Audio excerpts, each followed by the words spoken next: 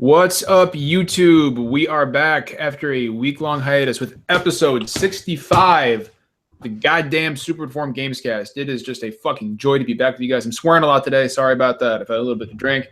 But man, I missed you guys. It's pleasant swimming. As you know what?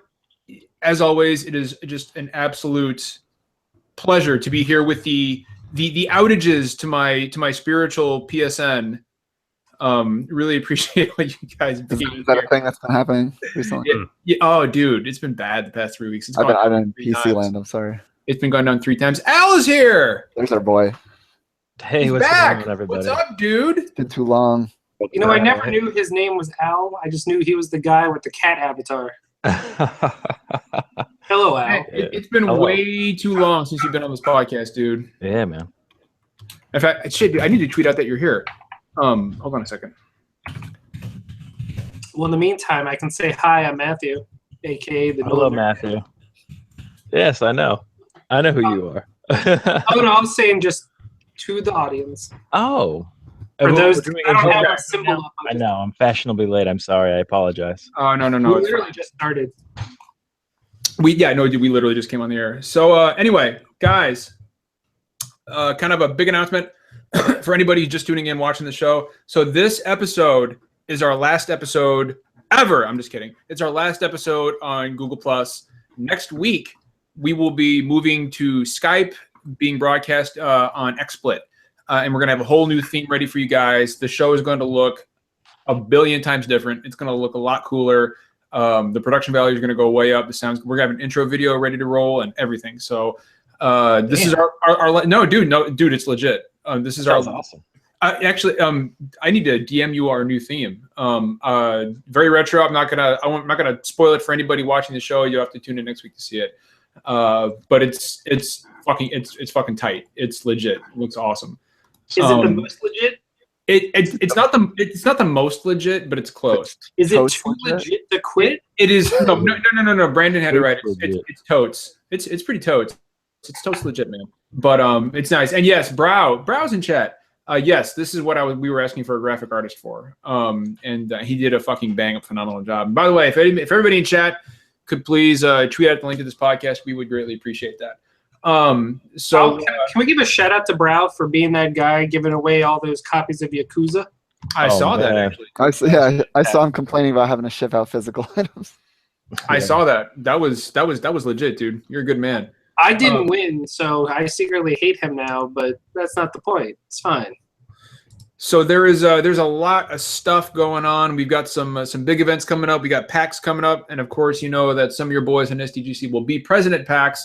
We'll be doing a live podcast from the show floor. We're going to be hitting up them interviews. I've already got a few lined up. I'm not going to spoil anything for you. Could we say one of them just because it's not like an NDA thing? It's just more, hey, we got it, and that's awesome. Okay, go ahead. We got a lock with Devolver Digital, and we're going to have access to all of their devs and all their games for interviews and whatnot. So that's going to be super cool. Devolver's fucking the best. Yeah, Devolver. Yeah, that's fucking like I couldn't be more excited about the direction the podcast is taking. So yeah, we got that, and we got some surprises coming up. It's really crazy to get emails from devs saying, "Hey, this is under embargo." And you can't talk about it. Yeah, this is the first time this has ever happened to us. So it's pretty it's pretty crazy to actually be party to some of that stuff. But PAX is going to be really cool. We're really looking forward to that. It's all part of building a more entertaining show for you guys to watch. As always, this is something we just do for fun. We'll never monetize it. We don't give a shit about becoming huge or massive. We just have fun. We're already all filthy rich. We don't need your money. We're already huge too. We don't. I was huge from the day I was born. Anyway. Oh, snap. Oh, he says that because that's what his mom kept telling him. I'll be here until Thursday. It is Thursday. Enjoy the deal. Third baby arm. The baby's arm holding an apple. All right. So there's a lot. Jesus Christ, I apologize for this podcast. There's a lot to talk about. But first, as always, we'd like to talk about some video games and what we're all playing this week. I've got a lot to talk about, but as always, I am the definition of patience, as you guys know. Shut up. And I am going to let our wayward son, our long lost alcoholic cat, Al, why don't you go first, my prodigal son, and tell us what you've been playing over the past week. Oh, the week. All right, so officially Sunday started. I was playing Yakuza 0, which is fantastic, and Nice. Gravity Rush 2. I feel like I've hit a wall in Gravity Rush 2 where I don't think I can play for more than like 20 or 30 minutes, and I'm just like, I want to play something else, you know. And I'm not to discredit the game. It's just, I mean, it's like it's a very unique game, but I just get burned out on it, I guess now. I don't know. I'm probably maybe 3/4 of the way through the story. The story is pretty awesome, but man, the side missions are so tedious. They're borderline bad. Are they like? Is it anything like because timed and you have to do all these like crazy? You have to do all the maneuvers, and if you're like half-assed the maneuvering, throw it out the window. You're gonna fail. It sort of sucks. Okay, all right. So let me ask you this: like, you say the side quests are bad. Are we talking like because I don't know? Like, what would you compare it to? Because I've been playing off and on because there's so many fucking games to play. I've been playing Sleeping Dogs, and I really enjoy the side quests in Sleeping Dogs. Like, or is it something more like Final Fantasy 15 where things just kind of go do this, go find this? No, the side quest. I'm talking Gravity Rush 2. Side quest, side quest in Gravity Rush 2. I don't like. They're like time trials based. Yeah, I don't like them either. Yeah. So that's all I want to say about that. It's kind of an older for me game. It was 2-3 weeks ago. But so I put that on the back burner for Yakuza 0. Got into that. I love Yakuza 0. It's fantastic. That the game is weird, quirky, text heavy. The story is phenomenal. It's awesome. It got received in like a lot. It reviewed a lot better than I anticipated. I will say that. It's fantastic, and I hope it brings in a lot more new fans. I mean, we're looking at 2 new games coming to the West PS4 within a year from now. We're gonna have Kiwami, which is a remake of the first Yakuza game, and Yakuza 6, which is going to be insane. I'm definitely going to get to Yakuza 0. Can we just point out real quick how crazy it is that just 2 years ago we were begging Sega to bring any Yakuza game to the West. Yeah, now I remember that. Crazy. It's an avalanche of awesomeness. What's the one that came out last year? Was that Yakuza 5? That was 5. Yakuza 5, For yeah. PS3. Which is also a really good game too. Yeah, it got good reviews. I would really like to see some solid sales for. And I have not played. I have not played the new Yakuza, but I would like to see some solid sales for that game because I'd like to see this trend continue. Dude. So, dude, what else are you playing? So that was Monday, and then midnight Tuesday till Wednesday around 9:30 is when I stopped playing Nioh. My man. All right. Nice. The game is fantastic. I beat it in about 100 and I'm sorry, about 80 hours total. Damn, son. Fucking, that's a lot. Jesus Christ. Awesome. The game is insane. It is brutal. It is awesome. It is like it is Ninja Gaiden than Dark Souls to me. No. That makes sense. I mean, I feel like Bloodborne is a more apt comparison than Dark Souls. Yeah, that's true too. That's true as well. Yeah. It's like if you guys ever played like Sigma or any of the Ninja Gaiden like remastered director's cuts, which were like uber retardedly hard. Yeah. Not to offend anybody by saying retarded. Uber. Yeah, by saying Uber. Steve, what's up, man? What's going on? So quiet. I didn't even know he was there. Like Steve is a ghost behind me. When Steve speaks, that just means you've been marked for death. That's right. So, Yeah, I sneak up on the audience. But I've consumed way too much time talking about games, but Nioh is fantastic. And like I saw John talking about it earlier or this week, maybe yesterday or today, saying that some of the bosses like are just cheap as fuck. Completely agree. Agree. That's where I think Dark Souls has the advantage. That and of course level design. The level design. Some of the levels look really beautiful on the PS Pro. Yeah. But man, they are so tame and so almost. It's almost like you've seen them before if you played Ninja Gaiden. You know. So Al, can I jump in here and kind of? Yeah. By all means, I don't want to steal the limelight. No, dude, you're good. So I've played it. I've probably put about 50 hours into Nioh, and I'm near the end. Like I know I'm near the end. So what I can tell you is that I feel like the game's biggest issue, and Brandon, I know that you were interested in Nioh. Big time. Yeah, because Now, you're well, I wasn't before it came out. Now I am. well, it's No, like John, it's actually called the PlayStation Pro now. oh, okay. I'm sorry. I apologize for that. So anyway, that's good. I like that. Don't interrupt me. But anyway, I'm sorry, man. I didn't mean to yell at you. I have a lot to drink. I'm like an abusive father on this podcast. So Al, I feel like, and Brandon, this is for you. Maybe this will sway. I don't know. Just I feel like the game's biggest issue is the difficulty is unbalanced.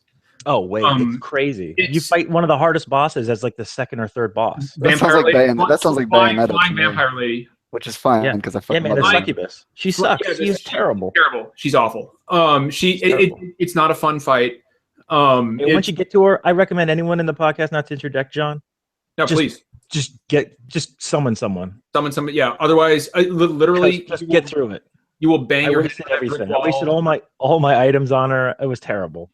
And she's not the only one. Giant Toad is another one that I was just Giant like, Toad is another cheap mother. I was like, dude, you gotta be, because I mean, dude, some of these bosses can literally one hit you from across the board. Yeah. And you've got a fraction of a second to respond. And so Al, I'm not taking anybody. Nioh is a great game. If you were a fan of either Ninja Gaiden or anything Team Ninja does really, and From Software, I highly recommend you try it. Just be prepared for the fact that the game's biggest drawback, in my opinion, is that it tries, like, it's almost like they played a shitload of Dark Souls and a shitload of Bloodborne, and they said, we have to do something to set ourselves apart.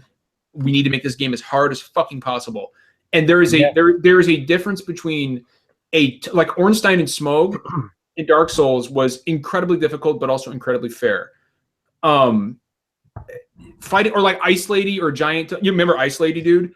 That Ice Witch or Giant Toad. I can't remember their names. Or Giant Toad or the Succubus. Oh, you know what? I actually pulled up the boss names. Is it? Yeah, they're all. I mean, I can't remember the Japanese names, but they're all ridiculous. Yeah, it's insane how difficult some of these. The Toad is Giant Toad. Yeah, it's just Giant Toad. But I didn't want to bogart what you were saying, man. But like that was my biggest issue with Nioh is that, like, it's difficult to the point where, like, I'm going to end up putting 80 hours into the single player campaign. I don't know if I'm going to go through New Game Plus. I don't know if it's worth it. Divine weapons and divine gear are the only reason that it's worth it. And that's basically a new color and better stats. When they're adding PvP in the future too. So yeah, I got the super deluxe digital thing because these kind of games are rare, and it's almost like, and I don't want to compare it to, but it's almost like a flawed Souls game. So it's almost like sort of like a Dark Souls 2, the original Dark Souls 2. Yeah, anybody who says it's better than the Souls games, I will disagree with you. No. It's not that good. But as it stands, it's still like a Souls-esque Ninja Gaiden hybrid, and it's my game of the year so far. I haven't really did a good time sink into Yakuza 0 though. The Yakuza 0 has the story down pat for the year, probably just from what the few hours I've played. It's awesome. But like I said, this is the first game of the year that I've beat to. No, I'm sorry. This is the second game of the year that I beat to completion after Resident Evil 7. I just want to point out in chat, Gabe, why are you not here? Gabe, I'm like, Gabe's in chat. Where the fuck is he in the podcast? Gabe says Giant Toad can eat a dick. I absolutely Giant Toad. I have to get this game now. So here's my question. I liked it. Nioh though, wouldn't the more apt comparison, because it's the first in what I assume will be a series, Demon Souls? No. Because that's like sort of like along the lines of Dark Souls. There's more. Yeah. The environment plays more of a role in. No, I agree. I mean, I know, but I'm saying game. In terms of the first of their respective franchises. Oh, you think that they might flip the script, so to speak, and like make it a little different? Right. Maybe. I don't know. I mean, Dark Souls did it with. I mean, I should say Demon Souls did it. They went third person instead of first person. I mean, originally it was planned to be a first person. That would have been trippy. Back in like what, fucking 2005. Well, I mean, also, yeah, they were making Lifetime have Deep Down. Yeah. By the way, the trade Capcom today actually re-trademarked Deep Down. Yeah. Did they Oh, really? Yeah, they did. They did They it 2 years ago as well, though. This is the second time they've done it. I mean, they may just be renewing it to hold on to it. Vaporware Yeah, as exactly. Who fucking knows at this point? But I want to so I want to real quick. I want to move on to Brandon real quick, Al, if you don't Oh mind. yeah, dude. yeah. No, not at all. And Thanks it's for letting me talk so, about no, dude, it's so glad having you back on the show, man. It's just like putting on an old shoe. I'm not calling you an old shoe. I'm just saying it's like a I look like an old feeling. shoe. Brandon, so what are you playing? Well, Blizzard was graceful enough to end the Lunar New Year event for Overwatch this week. So I was able to get into Res Infinite, which has been sitting installed on my PS4 for like, I don't know, 5 How months. long have you, I was gonna say, how long have you had that game? I mean, it's not like I've never played Res before. So it's I know. not like, oh man, I need to see what this Res game is. But yeah, so I went through it. It was still awesome. I was surprised to learn today that you haven't finished Resident Evil 7 yet. Yeah, no, I haven't finished Resident Evil 7 yet. I'll get to it. Where are I'm you just at? right now. I'm actually in the mood for like an action-y kind of game. So Titanfall 2 was available on Amazon for $25 today, so I ordered that. Oh, good choice. Yep. So I'll Look be at going that through price. Titanfall. Foolish not to. That's a fucking steal for that game, dude. Now I'll say this, dude. If you're in the mood for an action game, I mean, honestly, and you like loot, you can't go wrong with Nioh. Yeah, I am gonna get Nioh. It's good.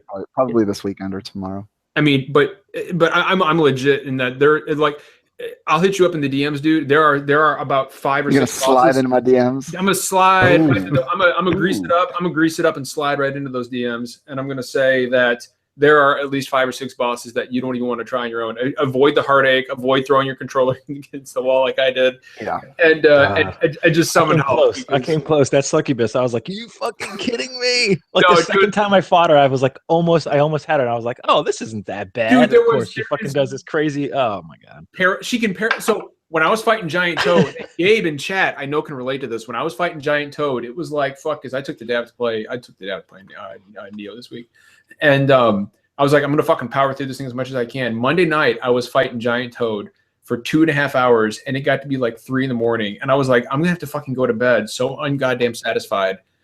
And there is nothing worse than not being able to finish something, and it's 3 a.m. You're like, fuck, I don't want to go to bed until I do this. And so like I threw the controller down. I'm like, fuck you, Giant Toad.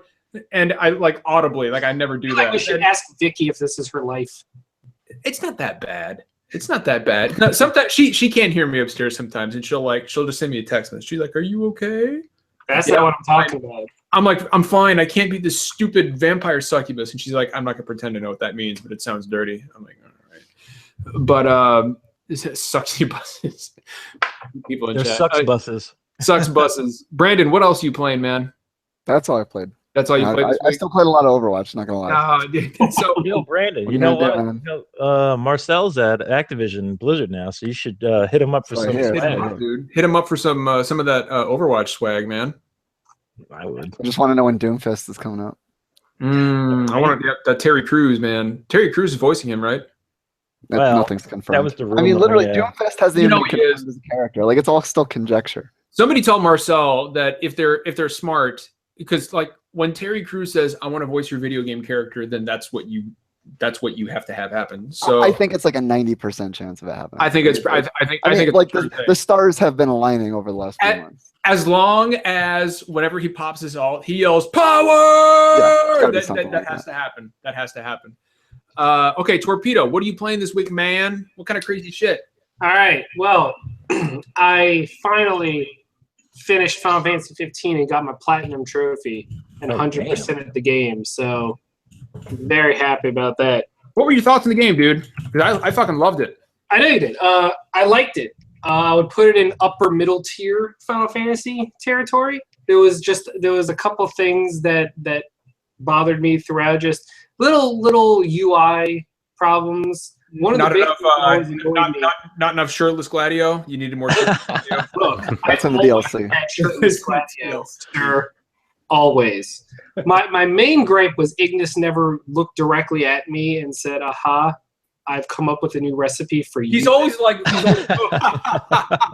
But no, my biggest gripe, and it's so silly, but I found myself constantly being annoyed, especially during dungeons, was there was no way to on the map screen to change elevation. to like check what the Oh yeah, that stupid objective marker can really. That was so annoying. You over. Yeah, you're like the objective marker says down. I'm like, cool. Well, I've been down before. Can I look at that map? That pissed me off a few times. Nope, can't. Okay. Fuck you, game. Plus, there were like some side quests, dude. Like once I realized that you only needed 80 side quests to get the trophy, or like, I was like, fuck this. Like the dog tag side quest. I was like, nope, not doing this anymore. I had all this. I had that side quest trophy done in chapter 3. I spent so much time. I spent. Yeah. What level? So tell the people listening what level you were at chapter 3. 79. Holy shit. That's ridiculous. I beat the game at like 42. I beat the game and I ended up beating the game at 86. Although I will say it made the Adamantoids like super easy. I beat them in like 8 minutes. Dude, I made it to like chapter 7 and level 99. So I mean, I don't know. So like, doesn't that make the rest of the game trivial? Yeah. I mean, actually, it does. I don't understand the fun behind that. It's just how I play RPGs. I power level, and then I just wreck shit. And it is my reward. That for game was being like, so efficient early on. I'll tell you what. Like it was the same in The Witcher. By the time I actually started story quest in The Witcher, I was so overpowered. It was stupid. It's just how I played the game. Final Fantasy 15 was that weird game, and that like it was almost impossible to die, but some of those bosses at the same time were hard as fuck. Like, so that's the thing. Even though I was way overpowered, I still found myself horrendously reviving and healing my teammates. I maintain that the Aranea and Ravis boss fights were some of the best Final Fantasy boss fights in this memory. Like, dude, Aranea was fucking awesome. My favorite. The other gripe that keeps it from elevating is that so much of the story happens on the side and off panel that I felt like it really did a disservice to it. But what there was, I really enjoyed. I feel like it's fair to talk spoiler-ish stuff, right? Don't. I will just say that the shift in tone in chapter 14, like that twist, I did not see coming, and I thought was really cool. I wish they'd have done a little more with it. Yeah, but I can also understand why they didn't. So here's the real question. This isn't just for Torpedo. This is for Brandon and Steve. Because I think we've all finished Final Fantasy 15 at this point. I think we've all platinumed it. We've all platinumed it. I didn't platinum it. I didn't platinum it. It's a super. If you ever want to go back, it's a super easy platinum. Yeah, I was like 70% of the way there. So obviously, the changes to Chapter 13 are coming next month, and they're coming a lot faster than I thought they would actually. So with you got Episode Gladio coming next month. You got the changes to Chapter 13. You've got the Prompto. You've got Power Rangers outfits coming out. So let's say like after the Episode Gladio, where you get to fight Gilgamesh, what I'm pretty fucking stoked about, and you got these changes for Chapter 13. Will you guys replay the game? Absolutely. I will. Yeah. I'll go through New Game Plus because I'll already be my level, and then I'll just be able to power through to the new content. I almost always play through almost always. I play through every Final Fantasy game at least 2 or 3 times. So now here's the problem though, is the DLC and the changes come out in March, which is smack dab in the middle of my Horizon Zero Dawn playthrough. Yeah, that's coming out at a weird time. Switch, so Zelda, and then Mass Effect. 3 giant open world games that are going to. Those are games. Don't forget Nier Automata. Oh, I've got the Square Enix Collector's Edition pre-ordered. March is fucking insane. March is absurd. I actually March is the new November. March 2017 is objectively better than November 2016. Especially since this podcast is going to PAX in March. That's what makes March legit. Dude. That's what I'm saying right there. What's going to be great is we're going to be playing Switch in the hotel room. Get our 1-2 switch on. Oh, we're gonna be for every with cup noodles. Competitive milking. It's gonna be great. Dude, I will milk with you guys all night long. Can you? Oh, damn. That was. Well, I didn't think we would stream that. We are gonna stream some competitive milking in that hotel room. Like you guys wouldn't believe. It's going to be legit. Please not. No, seriously though, dude, we need to stream some 1-2 switch, some drunken 1-2 switch. But going back to what I played, I started. No. I want to talk about competitive milking, man. This is where it's at. Don't blow your load on competitive milking yet. Save some mystique for PAX, okay? This podcast is such a dumpster fire. Oh my All right. God. No, but I started playing that PS4 game Divide, that isometric sci-fi game. I'm just getting through the opening chapters, so the story has started to open up, and I'm really enjoying it so far. But the one thing I really want to point out is that starting Monday, because I've actually never played Bloodborne before. What? I know. Snap. We talked about this when we had the question, like, what game have you never played that you're ashamed of? Yeah, but it never ceases to disgust me. However, I've decided to rectify that, and from Monday until Horizon Zero Dawn comes out, I will be streaming live on Twitch my horrible attempts to play Bloodborne, and I welcome every single person to jump into chat and mock me. Oh, I'll be there. I've already got Jump in there and just jumping in to get make good fun of me every over and time over I and die. over. Oh, and All of you are invited. Speaking of streams, by the way, I'm glad you mentioned that because I've been meaning to say this all week and I forgot, and I hate to cut you off, but if I don't say it, I'm going to forget.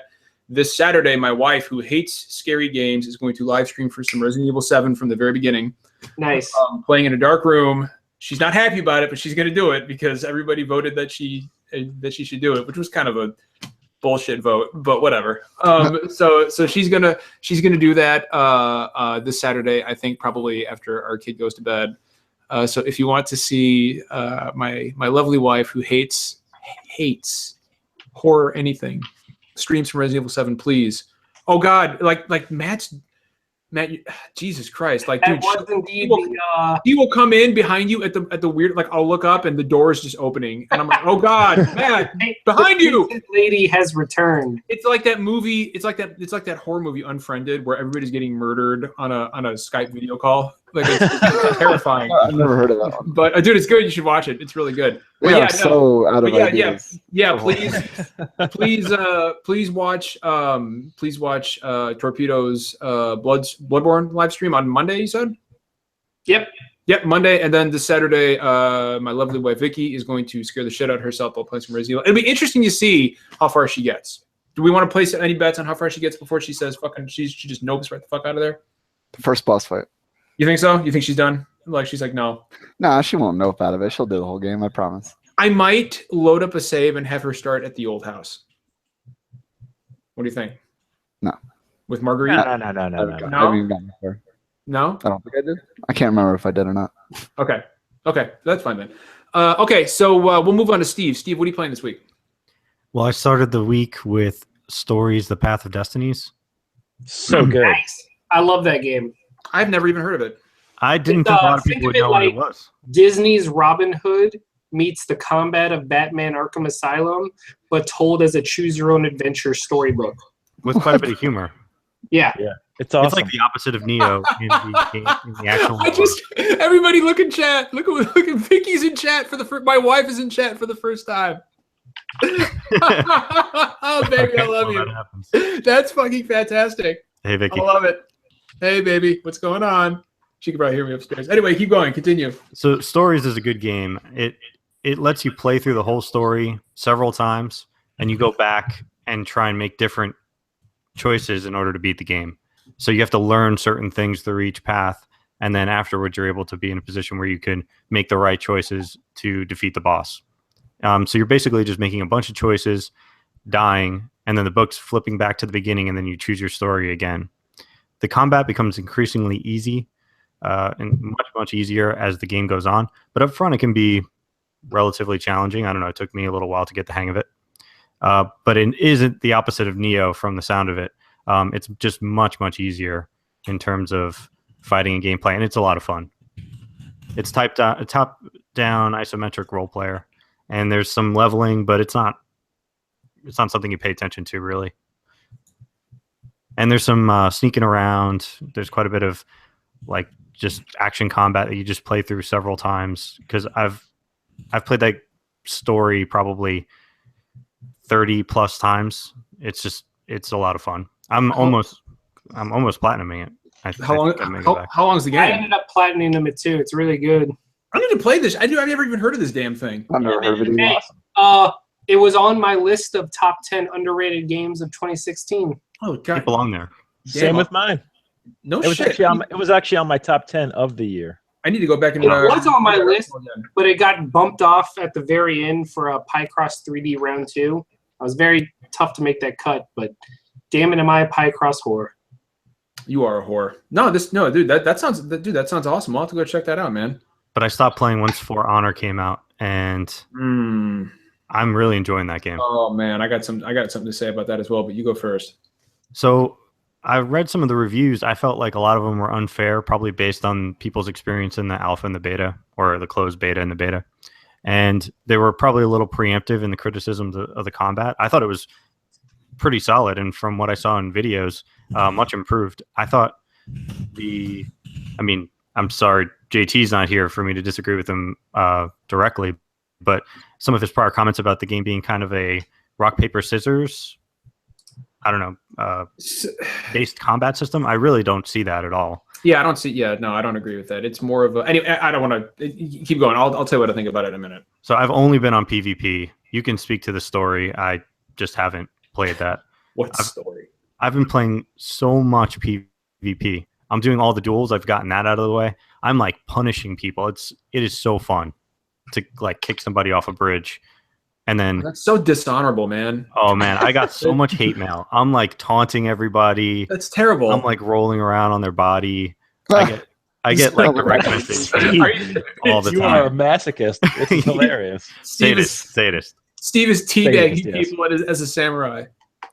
Yeah, well, I play as a knight, and I've played one character, the Conqueror, and I've only played that. The flail. That's the flail, right? Yeah, that's the flail. Yeah. And I feel bad because like people are level 1. They're like, oh, maybe I'll check this game out. You know, maybe I'll try this duel thing. And I'm like taunting them throughout the fight. Like I'm pushing them away, taunt. People are making bad decisions. It's a lot of fun. And the PvP Dominion, I think the mode is like the most capturing mode. No pun intended. Is the idea that you're able to fight alongside a virtual army too, and if you can fight against them. So it's all like a Call of Duty meets chivalry kind of mode, where you're able to like hack and slash. Awesome. So here's the thing about For Honor, and I'll chime in here.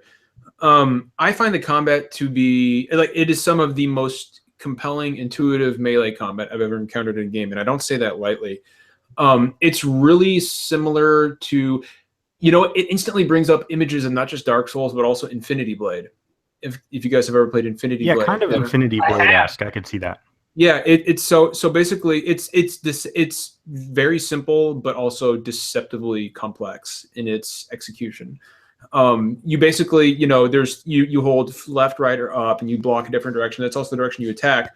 But these games, you know what? It's more like chess than anything else. Actually. It's more like Bushido. It's my spiritual successor to Bushido Blade. Bushido Blade is another really good, I can see that. Really good comparison. It is, especially when you're fighting somebody online. Like the way to go and like 1v1 duels are just fucking incredible. They're tense, and you get this feeling of like the first match I ever fought against somebody in PvP. I was a knight. I play the warden because I'm old school. I just like armor and a sword, and I was fighting a samurai, and we ran towards each other, and we stopped, and for 30 seconds we just circled each other and sized each other up. And we were feinting, trying to figure out, and you're sitting there like, okay, who's gonna make the first move? And it is. When you and I died. I died the first time, but the match itself lasted 5 minutes, and it was just a knight and a samurai trading blows back and forth, blocking, parrying. It was the most. It was the closest I have ever come to playing medieval times the game.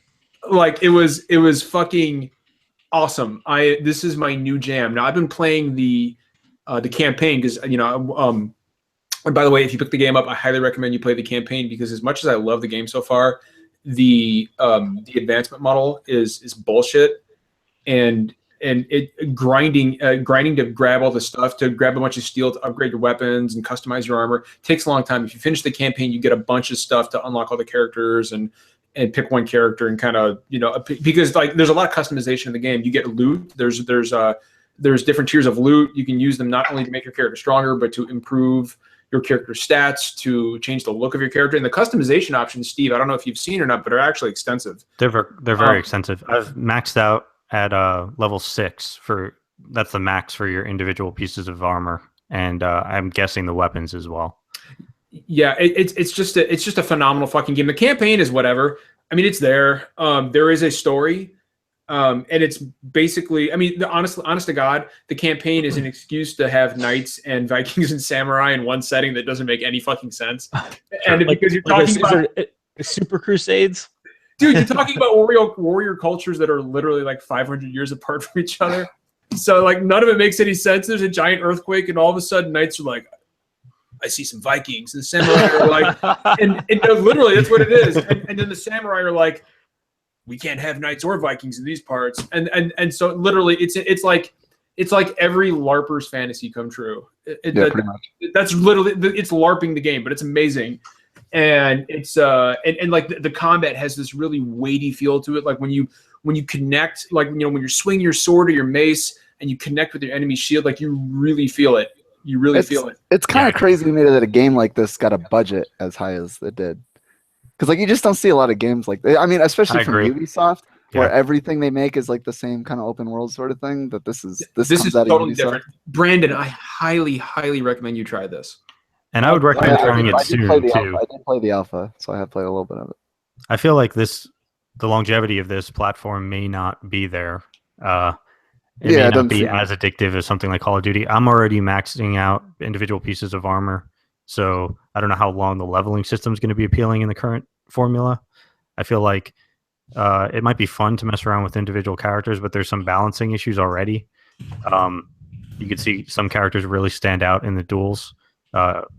Individual charges and things like that have to get nerfed. But the map itself, it's kind of like End War-esque, where if you're fighting, if anybody played End War, if you're doing well on an individual map against an opponent or a series of opponents, that faction, your faction, will win favor on that piece of land. So that section will become yours after a turn that's something like 10 or 12 or 24 hours. Usually not 24 hours. But once it turns to the other team, there's really no bonus. In End War, they actually helped you get bonuses based on what you held in terms of territory. And this, it doesn't seem like they've introduced that idea. And so it's kind of gimmicky in that sense. I don't think that it matters at all. I think the game is going to have legs, though, man. I really do. I hope so.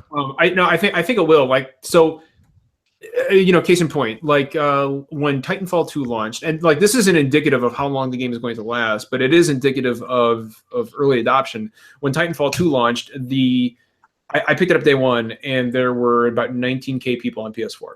Right, it wasn't great. Yesterday at 9 o'clock, there were 120K. The player count on PS4 was 120K. That's quite a bit. You're saying just for PS4 okay. One time. So I think the game is selling very well out the gate. What Ubisoft needs to do is, this is a game that's going to need regular updates, new maps, new classes. Yeah, I'm worried it's going to be a scenario where it's very front-loaded and it starts off really strong, but then tapers off really quick because there's nothing to keep people. And this is something that Ubisoft can, in my opinion, easily avoid if they don't introduce new content at a trickle. You know what I mean? I feel like the ball is in Ubisoft. I feel like if they handle this right, they could have something huge on their hands. I truly believe it, because there is no other game like this on the market. This is unique. Both the thing I hate and the thing that guarantees prolonged support is that pay-to-win formula that is just absent from this game. I feel like it's kind of, I mean, you could find a way to do it, but there's so much you can get up front. And you can start maxing out individual characters and pieces. There are only so many there.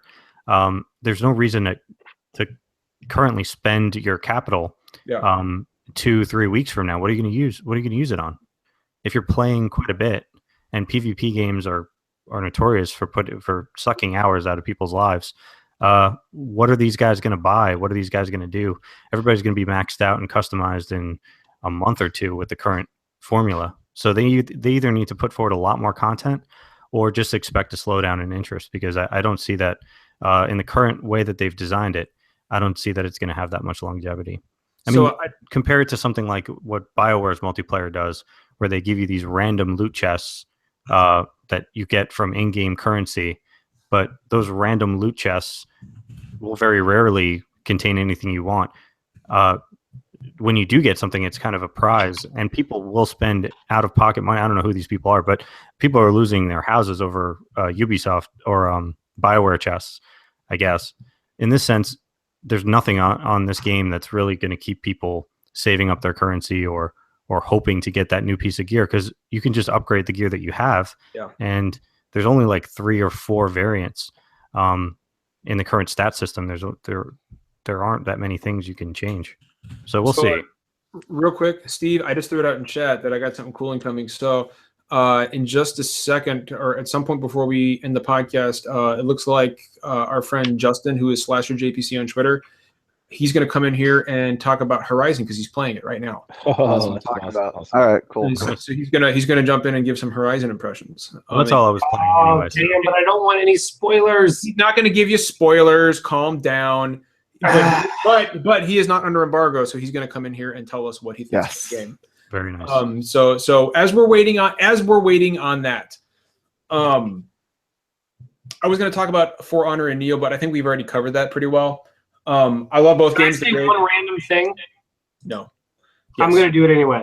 So with Deep Down being re-trademarked, I thought how hilarious it would be, just because, here at the podcast we look down upon fanboy wars. We do. How funny would it be if Deep Down shifted to a Scorpio exclusive? That would be amazing. Just all the people having to go on suicide watch. The salt would be real. I don't think that's gonna happen though. I don't think Deep Down's ever gonna come out. No, I don't think it ever will. No, I think Deep Down is the definition of fucking Half-Life. It's Half-Life 3. Like even Last Guardian. Only nobody wants it. So Last Guardian of the trailers. But Deep Down hasn't been seen in like 5 years. Al, was that too much? Was that too harsh, dude?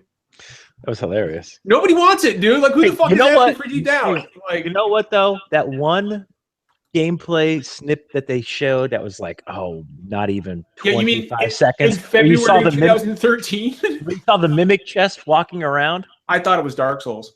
That was the coolest mimic chest that you've ever seen in a Dark Souls game that will never, ever come out. Dude, I was actually disappointed. Like, at that PS4 reveal in February 2013, I legit thought it was Dark Souls. I was like, oh my God, Dark Souls looks amazing. And then they were like, I thought too. And then they were like, Deep Down. I was like, oh, whatever the fuck that is. Who cares? Yeah, I was like, what the fuck is that? Capcom. Deep Down. Yeah, right. Like, was that a Street Fighter game? Deep down my pants. But while we're waiting for Justin to come in here, and it looks like he will be able to make it, I'm really excited to hear his impressions on Horizon. I think he's like halfway through the game too. And yes, the Dark Avenger in chat says live Twitter. Absolutely.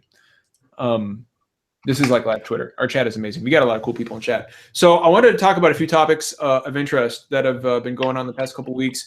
And I wanted to start off with Brow doesn't get all the Deep Down references.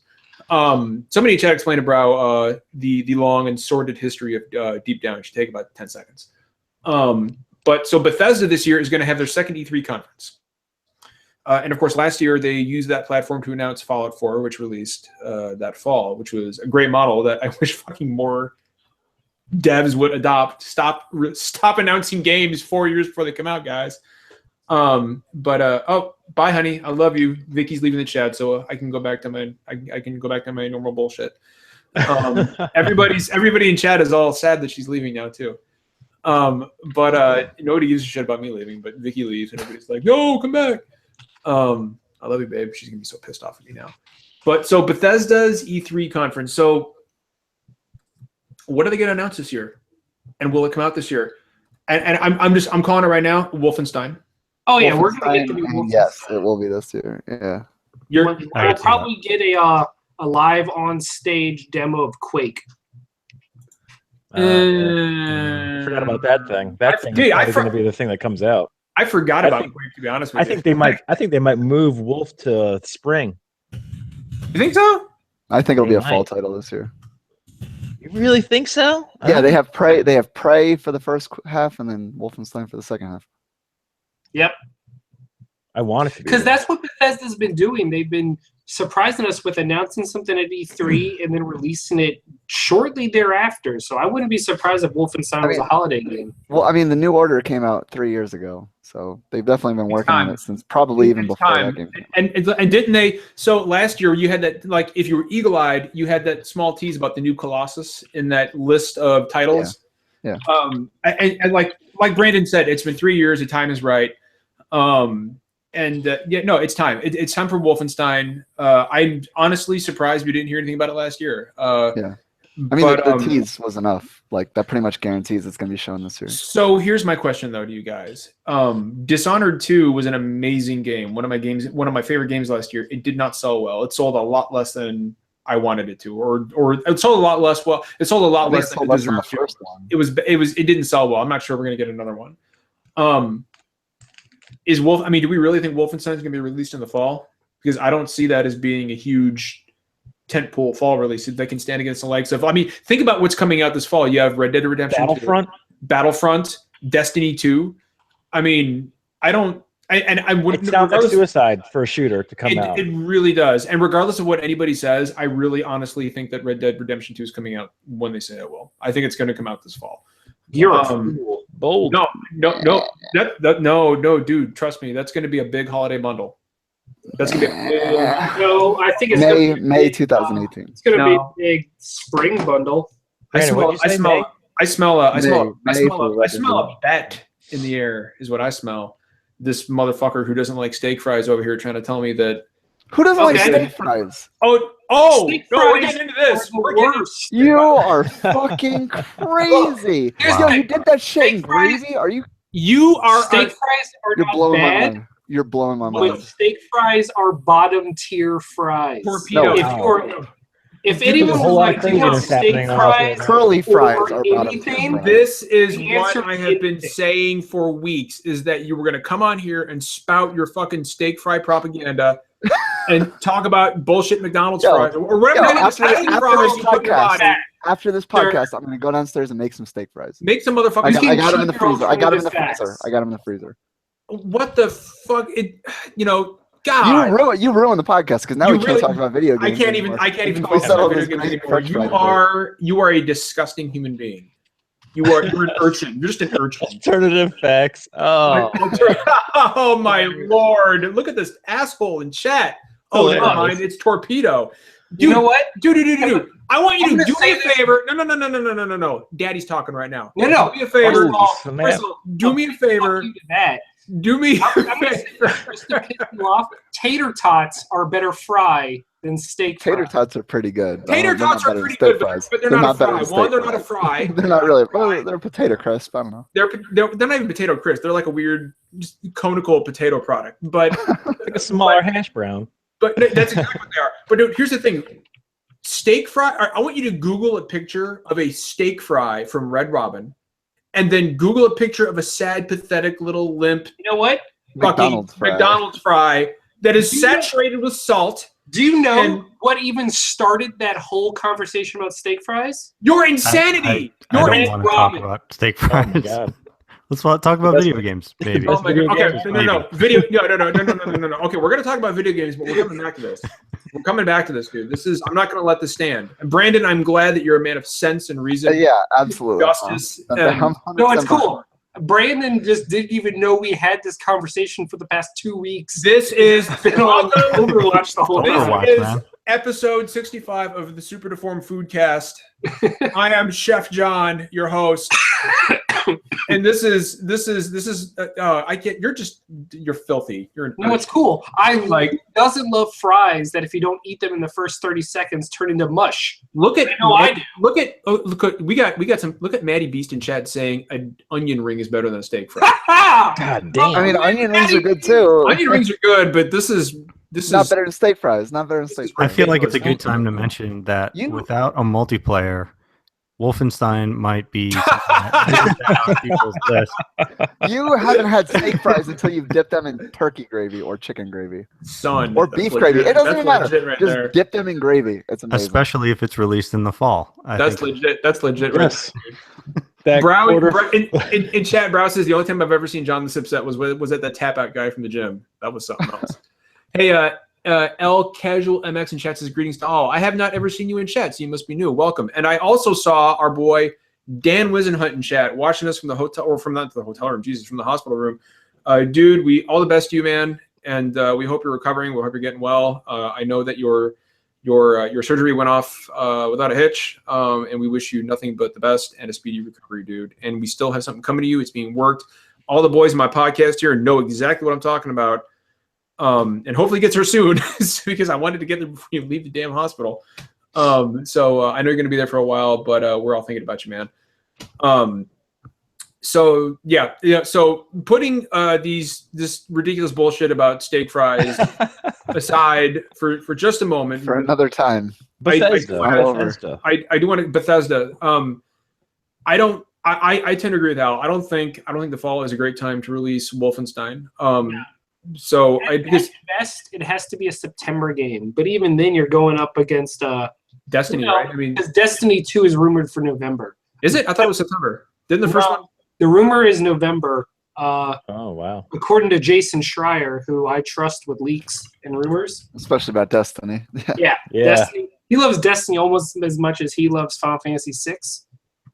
A good man, a man of taste and reason and good sense there. I think September would be the absolute last point you can release Wolfenstein effectively. October and November, unless you are Call of Duty or one of those caliber games, is just not smart. Yeah, another Call of Duty as well, John. That's suicide in the fall. Yeah, I mean, Call of Duty. Is it going to be a World War II Call of Duty? It's going to be World War II. Going back to their roots. I don't know. But how many different routes does Call of Duty have? It has it's going to be Nam or World War Korea. II. I actually think Nam doesn't get enough love. Or go back to World War I. Now World War I's been done, man. Like that was done. Like you can't do World War I. You know what I want in Call? Dude, I want the fucking Revolutionary War. No, you don't. Oh, man. You're going to reload your weapon? It writes itself, dude. Call of Duty Revolutionary Warfare. What are you going to do? It writes itself. How could you not want that? It writes itself. That's fantastic. I'm done. How could you not want that? You know what? I actually think Flintlock pistol, like the old blunderbuss. That would be amazing. Like the cannons. Yeah, dude. Fighting them redcoats. Every one of them damn redcoats deserves. No, but you're gonna have to sell well in the UK. Current tech to the That would be the worst. That would be the worst selling game in the UK ever. Oh God, it'd be terrible. That'd be terrible. We should make it now. You should get Jason Isaacs to voice to voice the bad guy in Call of Duty Revolutionary Warfare. I mean, come on, just for the name alone, you want it. It's pretty funny. I do that want would be freaking great. But no, like here's the thing. In all seriousness, like I would happily pick up a new Wolfenstein game over Call of Duty, but the rest of the gaming world will not see it that way. Yeah, the rest of the gaming world is kind of ridiculous. The rest of the gaming world is kind of fucking dumb. Give Call of Duty shit, and even though Infinite Warfare was the worst selling title in like the past decade, it still was the top selling game of the year. Yeah. Yeah, because no one's buying video games now. That's the market. Believe it or not. Wasting all their money on mobile free-to-play trash. Yeah, man. So just so you guys know, expensive in the world. Hey, Justin is going to jump on for like the last 15 minutes of the show, around 10:15. He's going to give us some Horizon. Sweet, cool. He can have all the time he wants. I want to hear about that. He can take as much time as he needs. But yeah, so I don't know. Like, so assuming it is Wolfenstein, and we know it's not some bullshit like the Elder Scrolls. It's not going to be Elder Scrolls. And they just put out Skyrim last year. And I think they're done with Fallout DLC, right? Like, there's no more Fallout expansions coming. Yeah. There's no more. There's no Dishonored. I would assume there's no Dishonored 2 DLC. No. I don't think there is. Can I make a small, please? A small little. They were talking about this on the Basement Radio Arcade podcast on Wednesday last night. Do you guys think collectively, this is actually B Money came up with this idea, and the others agreed, and I think that they might be crazy enough to do this. Do you think that there might be an exclusivity deal between Microsoft and Bethesda? No. For what? As far as a publisher. I'm just saying as some sort of deal. Oh, Todd Howard has been been in cahoots with Microsoft a lot. You don't think that's going to happen? No, at most a staggered release. Yeah, I could see I maybe think, something. I think at most that, but I think more likely you're going to get the traditional 3-month exclusivity DLC and marketing deal like they did with the Class 360 Fallout games or Skyrim. Yeah. So they're going to come out, and Bethesda is going to be prominently featured at this year's Scorpio event at E3. Like, count on it. Yeah, I can see that. But I don't think it's going to be an exclusive. I think, if anything, it's going to be timed DLC. Actually, well, that's all I meant. I just meant like something like that. I didn't mean like they're only going to put their games only potentially. on. So somebody in chat, actually, our new viewer in chat, guys. Oh, hold on. Why can I hear myself? I can hear myself. It's a super big echo. Yeah. That was weird. It's gone now. But anyway, our new viewer in chat, El Casual MX, says The Evil Within 2. Yeah, well, TangleWorks has been making a game for the last 2 years that they haven't announced yet. So I thought it was going to be shown last year. So as far as exclusivity goes, man, I don't think it'll be The Evil Within 2. I think it'll be a new IP. I would love to see The Evil Within 2 because I love the first one.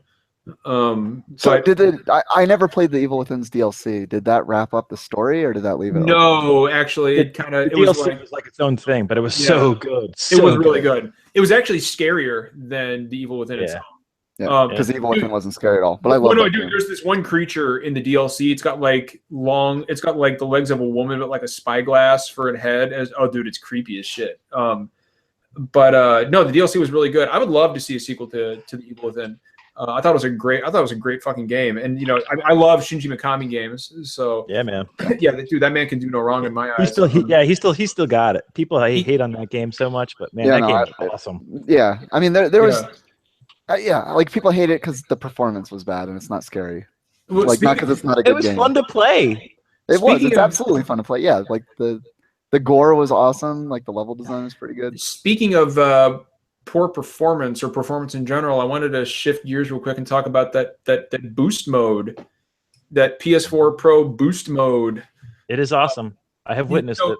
So I know a couple people. Digital Foundry came out and they did so like from what I've seen, and Al, maybe you can speak more intelligently on this, but from what I've seen, so different games are affected in different ways. It's not something uniform across the board that's going to say all your games are going to magically run fucking much better now. And I think there are some misconceptions on exactly what it does. So basically, if there's anything that's CPU hindered and you have a capped frame rate at either 30 or 60 frames a second, it basically marginalizes more power towards that. It's mostly a CPU related. There's very few things that Digital Foundry has shown that were GPU related increases. So we're talking like they go from substantial upgrades, like Just Cause 3 looks completely playable now on PS4, whereas before I was told that it was unplayable. They showed it dipping into like the 19 to 22 range quite regularly on reg-based PS4. And also had insane loading times from what I heard. Oh yeah. And now I guess it maintains closer to 30 throughout. I mean, it drops down, I think, to like the 24s before, but it doesn't really. It maintains higher, like 27, 28. I mean, greater scheme of things, not great, but if you're Joe Schmo with a PS4 Bro on your hands and Just Cause 3, it's going to be a way better experience. Bloodborne is the frame pacing is still there, but I was going to say, it's still got the frame pacing, right? Yeah. But it's smoother, I guess, but it's not like. I mean, frame pacing is a software. I'll tell you what. Like from what I've seen, like the games like the Evil Within and Just Cause 3 are night and day. Like I have Evil Within, so I was able to try that out. It runs much better. I want to do another playthrough of it. I'm going to we just talked about it. Yeah. What about something that like what about I have Until Dawn. Until Dawn, I thought was going to be good because it's a unlocked frame rate to I think 60, but it was like only negligible. It really wasn't. I thought it ran pretty close to 24 all the time. I looked at I was watching because I put it in and I was playing it. I was like, oh man, this is so much smoother. But then I saw the Digital Foundry video and they were like, no, it's not. But I guess it just seemed like it was smoother. But I guess whatever. I see this as a good thing. I think that it sort of stinks that it took this long for them to come out. They should have been saying, "This is what the PS4 Pro can do for your games right now, out of the gate." Speaking of Until Dawn, though, you just got me thinking. I can't wait for the next time a game surprises me as much as Until Dawn.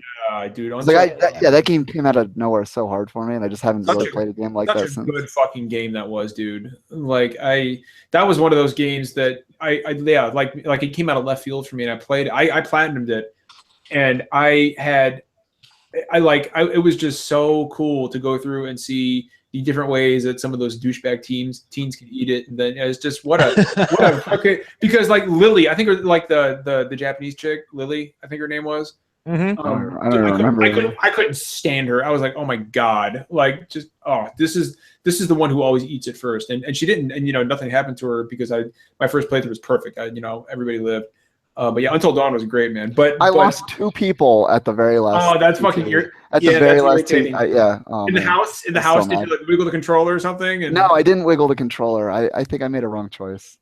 No, and literally the last, in the last 2 minutes of the game, like right at the end of the game, where it gives you like a whole shitload of QTs in a row. The Wicked Soul in chat says his copy. Yeah. No, go ahead. I didn't mean to interrupt. I was going to say Matty B says it's moved to the front of his backlog. That's great, man. Definitely you need to play out Until Dawn. You need to play, and the Wicked Until Dawn is great. The Wicked Soul, or the Wicked Soul in chat says my copy of Until Dawn is still sealed. Correct yourself immediately. Fix that. Yes. I still have not played Resident Evil 7 because I'm so scared of scary games. Until Dawn has this great thing where if you have a PlayStation camera at certain parts of the game, it will record your reaction, and I did not know that until after the fact. And then I go back and look at my reactions to these jump scares. It turns out I have a very specific thing I do when I am scared, which is I lean back, shake my fist at the enemy God, say, holy fuck, and then slam my arm down on my knee. And I didn't know that until I watched it like play out 8 times in a row, and I'm like, that's amazing. I do when I'm scared. That is fucking awesome, dude. I need to see some screen caps. That's awesome. You need to stream Resident Evil 7. Slide into my DMs, man. Grease it up real good and slide into my DMs. Give me some of them screen caps. But I wanted to bring it back to the Booster real quick, and I think it was Al who brought this up. It's like why was this something that was not ready to go at launch? Like this would be man, what a fucking selling point that would have been for the Pro. Like, hey, all your games are going to look better. That right there is the reason to buy it. Really a should PS4 have been. Pro. It really should have been. They should have marketed more better. As much as Sony has been on point with the marketing this gen, and they have, like, regardless of your console of choice, nobody can deny that Sony has been on point with their marketing, with the message of this gen. That seems like such a huge fucking misstep that I can't. And it's not like the PS4 Pro is I think what they were really trying to, because they were trying to push VR so hard, they really wanted to push like, hey, this makes your VR games so much better. Why not just say it makes everything? Because VR. Yeah, because the feature wasn't ready, and they weren't sure they were going to make it ready. I just, so do we have any indication on when the update's going to be ready to roll for everybody else? I like the quote, "The future wasn't ready." The future was out. Or no, it was the future refused to change. I don't know when that's going to go public, John. I have no idea. I know that I'm on like the 3rd version of this preview build, so I mean they update it pretty regularly, but it's usually like 4 or 5 before it's public. So it might be a month or so. I don't know. You think this is something that they didn't intend on doing at the beginning, and after a while they were like, well, fuck it, we can just overclock it and boost the CPU? And I mean, maybe, because I've heard people having trouble with like menus on the PS4 Pro, that it's super CPU intensive and like overheating. But I don't know if that might be something that they're thinking about. I have no idea. I do want to comment on your marketing thing about Sony. I think that this PS4 Pro is like, it's like this great product that not the right people are trying to market to hardcore gamers. I honestly think that it's sort of like this. There it is. If you have a 4K set, but it's like it's this wonderful product, and like the showpiece of it is potentially Horizon Zero Dawn, and there it isn't with the Horizon Zero Dawn PS4 bundle. I thought that was like I would gigantic. consider buying a Horizon bundle for Pro. Like I would consider it. Yeah. Yeah, I just don't understand. I really don't. Well, and like, so here's the next question: Do you think this is a response to, or something in response to Scorpio, which is supposed to be launching this year? I don't see it that way, but I don't see that at all. But I do know that there's day and date. The day that Scorpio, whatever the hell it's called, comes out, it's going to have something very similar to this. So that's my other question, guys. Is that's one of the other things I want to talk about before. Yeah, I'm like 99% sure it would. So like, and that was one more thing I wanted to talk about before Justin pops in here. Is that so? Or not Sony. Microsoft changed the date of their E3 presentation to Sunday. They want to be first this time. They want to be first this time, and I think it's smart. They want to control the message. I think it's a good move. Is this when we're going to see the big Scorpio reveal, or are we going to see something beforehand? Been first. What's that? They've always been first in terms. No. But no. I get that, but they want. I mean, this will give them a whole 24 hours to control the message. Exactly. No, they'll instead of only 6 hours, they'll have a whole day to dominate the news cycle. Oh, so actually, hey, Nels Coney in chat says PSN name changes will be in response to Scorpio. Fucking ridiculous that we can't do that yet. Come on. Insane. Yeah, it's absolute insanity. Look how long it took us to get folders, John. The simplest thing in the world something that everybody's been able to do on Xbox since the beginning of fucking time, and you're telling me with only millions of dollars of revenue you're bringing in with your software and hardware, you're telling Sony just find a way to do it. Yo, man, they're going to get $5 extra from you next year per month, probably. It's fucking insane. It is utter bullshit that we can. Hey, but we got folders now, right? We can change our backgrounds and our PS profiles. A feature we've been waiting for years. Like I don't. They should give every PS Plus subscriber a free. They should. They really should. At this point, like I don't even know if I want it anymore. At this point, it's like why? Like what's the fucking point? But yeah, it just like that is a huge source of frustration for me as somebody who games primarily on Sony systems. I'm like I would love to be Mr. Negative on Sony, but I'm not. And it's crazy, it's so crazy. It's especially as often as like you got to give it to Sony, man. Like I mean, dude, fix your online shit. Oh my God. I don't understand. Like I think it's overpriced, and for what we get is kind of like, God damn, PSN is still the devil of dude. It's like PSN part of the PlayStation experience. This is somebody who loves his PS4, and like, dude, half the time I want to do anything on PSN, I have to go test my internet connection on the console itself because it just sits there and says, "Please wait," with like the spinning triangle and circles. Over and over and over, so I have to hit circle to go out, and I go to the settings and I go test internet connection, and then it works fine. And I'm like, why? It's just as bad for me as it is for everyone else. Yeah. Like, why do I have to do this? This is garbage, dude. Sucks, build a service that actually fucking works. Yeah, and to Microsoft's credit, they just like 2 months ago uncapped the download speed. If you have fast ass internet at your house, that's how fast games download. I downloaded an entire game yesterday on my Xbox One in like 6 minutes. It's ridiculous. And then they go to PSN, and then I'm like, oh sweet, there's a 58 megabyte file, a 50 megabyte update for Nioh, and it takes like sitting there for like 4 minutes. You're like, why is it taking so long? This is insane. I'm using the same internet connection. Jesse in chat says he wants to change his name to Carl Hungus on PSN. I want to be Winslow Pipes. Winslow Pipes, good one. Yeah. Winslow Pipes or something like Edward Sweetgrass, something smooth like that. But getting back to White Bread 007, but getting back to what I was saying about the Scorpio, like, do you guys think that? I mean, I think it would be smarter to reveal the console before E3 and then focus on games. I think that would be the smart move, but apparently they're not doing it. They've got a 2-hour conference, and feasibly the first hour or 45 minutes is showing off the console, and the rest is all about games running on the console. I don't know if that's a good idea, man. I think it'd be smarter to have the reveal beforehand and then have E3 be pure games. Honestly, I feel like they announced the damn thing way too early. I mean, you've got that was their way to build hype and hold people over until this holiday, because the past year hasn't been exactly kind. Well, I feel like their hand was sort of forced by. My fucking foot is falling asleep. Is it really, dude? I You gotta stand up and walk around. Yeah, I gotta pace around the room a little bit. No, I feel like the PS4 Pro kind of forced their hand a little bit last year, but really, like, it didn't.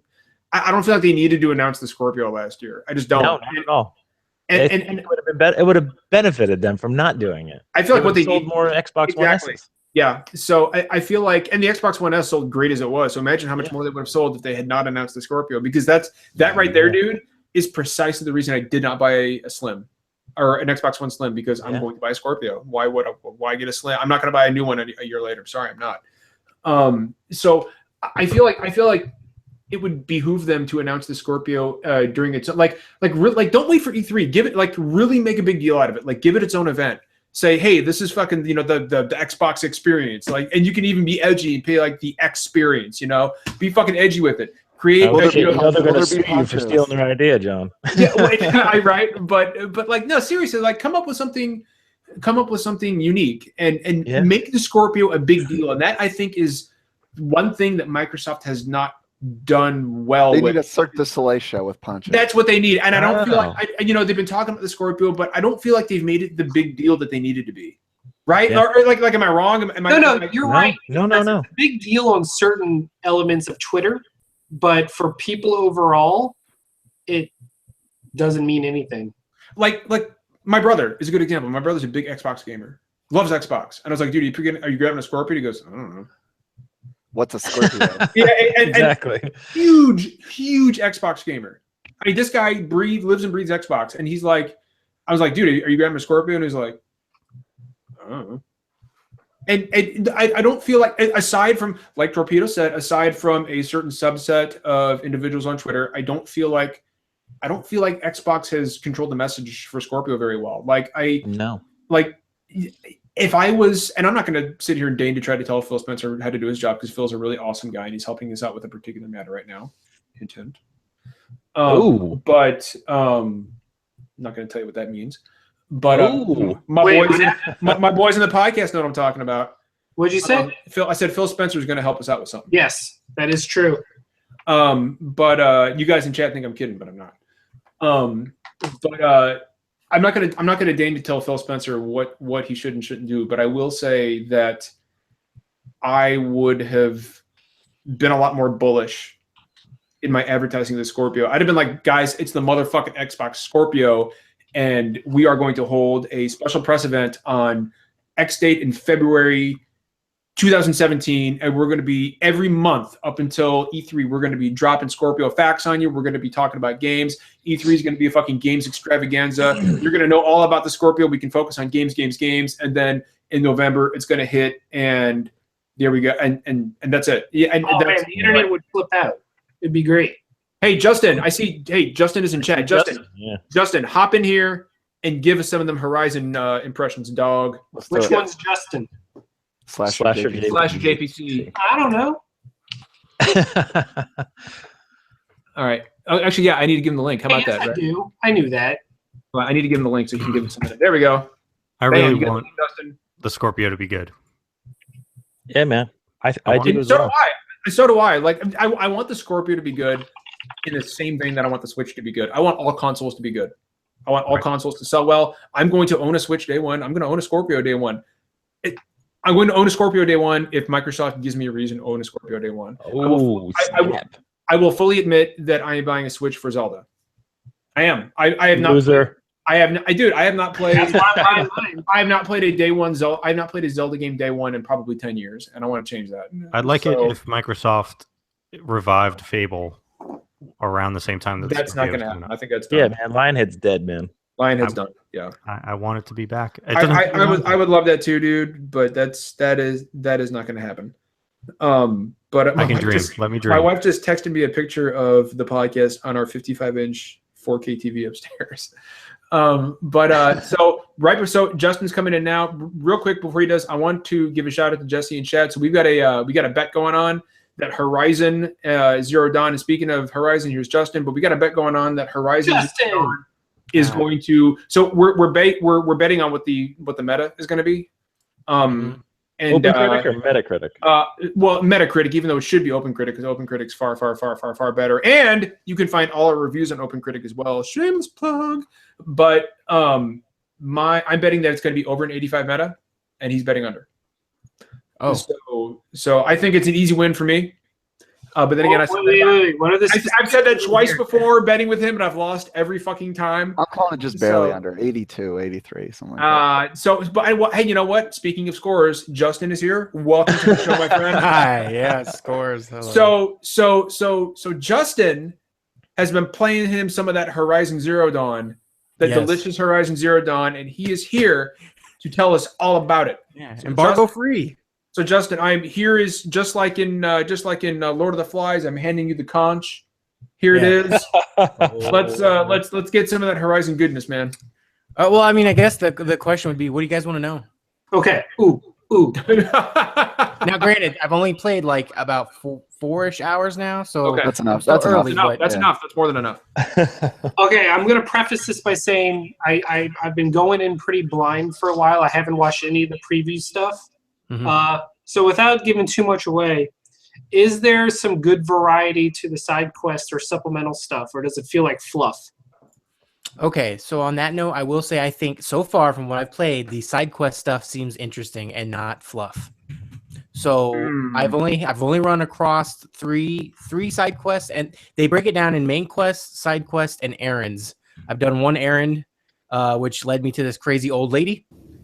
And then I did some side quests that led me, for example, I was out doing some hunting and somebody's like, help me. And basically they were like surrounded by something and I had to help them. And then they gave me a quest to do something else. So the interesting thing is that the rewards are usually pretty good. Like one of them, I had to go find some old spear that was, they had, I guess, tried to impale one of these monsters. It took off. And then I finally got it, brought it back. They're like, "Oh, thanks," and they gave me a boost to my spear damage. So, I'm sorry. I'm just laughing at Flunky slide into the podcast. Look at how weird. That was good. That was good. Well played, sir. Well played. I'm glad you're able to. I was like, "Holy shit! What the fuck? Oh, why are you looking like you just walked away from committing a crime, like or some kind of deviant act?" Sorry to interrupt, Justin. No, you're fine. We're glad you're here, dude. It's always now it's a party. It was good before, but now it's even better. Is your shirt reflecting off the walls? It seems like it, yeah. Is it? I like it. Orange. So anyway, Justin, there's a couple questions in chat real quick. Oh yeah, let's do it, dude. The biggest one I see was, what's the comparison to Witcher 3? Okay, so in comparison to Witcher 3, when it comes to side quest, I guess I could say that so far from what I've seen in the side quest, I feel like they're giving me either lore or just interesting information about their character. Whereas this isn't Dragon Age Inquisition, and let me preface this to say I did like Inquisition a lot, but their side quests were fucking like just stupid.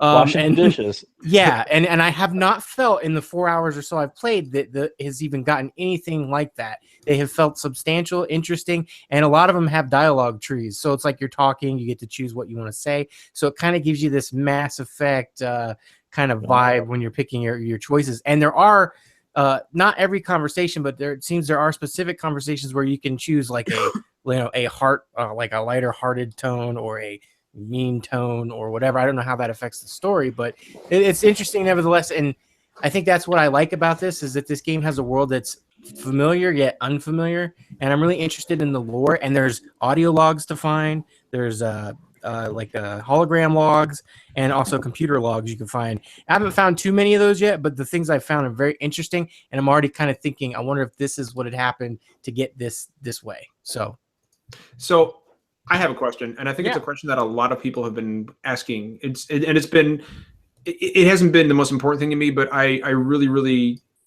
So anyway, I'll just story. I've been so Guerrilla Games.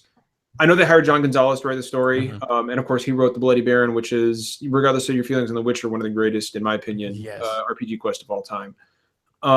So the Guerrilla Games not being known for great stories in their games, how are you finding the overall narrative so far? Well, in comparison, definitely to their other games, it's I mean, it's great because they're developing the world as you're playing. You're hearing a lot of things that you're not really familiar with, of the mother and the this and the that god and all this kind of stuff that you're like, what does that exactly mean? And it's kind of slowly, I think, coming together. I don't know if that's going to pan out the whole game, but it's language and lingo that's like, I don't really know what they're talking about, but it feels like they're building the world up. So it's not just like, hey, I'm going to go kill shit and this, that. I feel like there's a more in-depth plot with your main character and the overall world and what's going on. And it's just kind of sprinkled throughout what I've seen so far. But story presentation wise, I just feel like they're really doing a good job of getting me wanting to see what's happening next. And just to also say, I don't mind this, but some people do. So just so you know, your character does at times talk to herself to kind of give exposition. It's not I was wondering as much as she did in the trailers, because that was a little over the top. So I don't know, because I've only played 4 that. hours. So she's done it a little bit, but it's not been a ton. But then I'm also taking my time. Is it possible? I'm laughing at that mustache. Is it possible that maybe if you're just doing the story stuff, she does, maybe, and she does occasionally say something like to remind you maybe of what mission you're on, but it hasn't been to the point where like, shut up, just shut up. So yeah, not yet at least. I have a question. First of all, it's awesome that I'm actually on the podcast with you. I know, right? It's been like forever. Yeah, man. Second of all, Justin is we have like very similar lives. Both of our wives are named the same name. We both have daughters. It's around the same age. So basically, like Justin is your spirit animal or animal.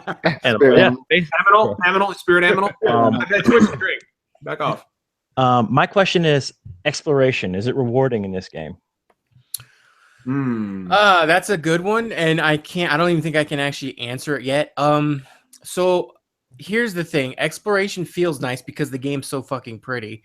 But that being said, have I found anything of significance? Well, I found the side quest. That's how I've actually found the side quest. Was I was out fighting something and hear somebody screaming, or I heard somebody like, I need help, and I'm like, where the fuck did that come from? Sounds like Red Dead Redemption. Yeah, in a little bit of ways it is. Have I stumbled upon anything where like I found something like, ooh, this is a cool cave or something like that? Not yet, but I don't doubt that's there. Early in the game, you see something in the prologue, and I actually, like a little bit before I stopped playing, I went back to that as a older version of myself, and I went in there and I was able to get things I couldn't get as a playing in the prologue. So I was like, oh, okay. As a matter of fact, there's an item in there you can get that gives you like a level 25 side quest. So I was like, holy shit. I can't do that anytime soon. So it just feels like it does good world building so far. But again, it's hard I'm saying these things and it could just totally fucking drop in the next 10 hours. I don't know. But just from the early 4 hours I've played, I really am enjoying what I've played. And same that goes with combat, character development, like with the world, and just the environment looks pretty. And I'm stuck in this one area right now. I haven't even opened the map like hardly at all. That's great, man. So we had a question in chat from Jesse. He wants to know about secondary character voice acting, because in some of the trailers it's kind of spotty. Some of it is spotty, I think, but I haven't had any super uber cringe moments yet. There was, I think, one character I was just kind of like, eh. But for the most part, the main people I've heard talk is my main character and this other person. What's his name? Rost. I think it's Rost, yeah. right? Yeah, and they seem pretty good from what I've seen so far. The side characters, like I said, that I've run into, some of them are some of them are all right. Nothing's made me go like, oh god, turn it off yet. So maybe it could be bad in some later. I don't know. We'll have to see. Well, it sounds the like questions in chat are better than any ones that I'm thinking of, so we should just ask all of them. No, Steve, go ahead and read one off, man. So, can you upgrade weapons and armor? Okay, I have an armor slot to upgrade in crafting, but I haven't been able to do anything with it yet. So I'm gonna guess yes. As far as weapons, yes, there's like these things that you can steal from or pick up after you've killed certain beasts, and they're kind of like pieces that can do like more shock value, and I could throw that onto my bow. I watched a stream. I watched a stream the other day from the game director. He did it for like 40 minutes, where they just discussed the menus, and everyone was like asking tons of questions. And he specifically said everything is upgradable. You can add elemental damage to your armor, like for protection, and elemental damage to all your weapons. And you can make your own, which is really cool. And you can break stuff down and get like rare crafting materials and stuff like that. So he says they really wanted to expand on it. Yeah, there is a guy you meet and you can sell stuff to him. I just met him too. I have a feeling him or more people will be in the game that I can sell and buy things from. I just got the weapon to do the tripwire, the electrical tripwire stuff. So I just like dabbled into that. In this, there's a huge skill tree. The only skills I've unlocked so far is slow down time when you're sliding and aiming your bow and arrow, or when you're manually aiming your bow and arrow, you can hit a button to slow down time. Or when you're jumping and you pull out your arrow, you'll slow down time. Very useful.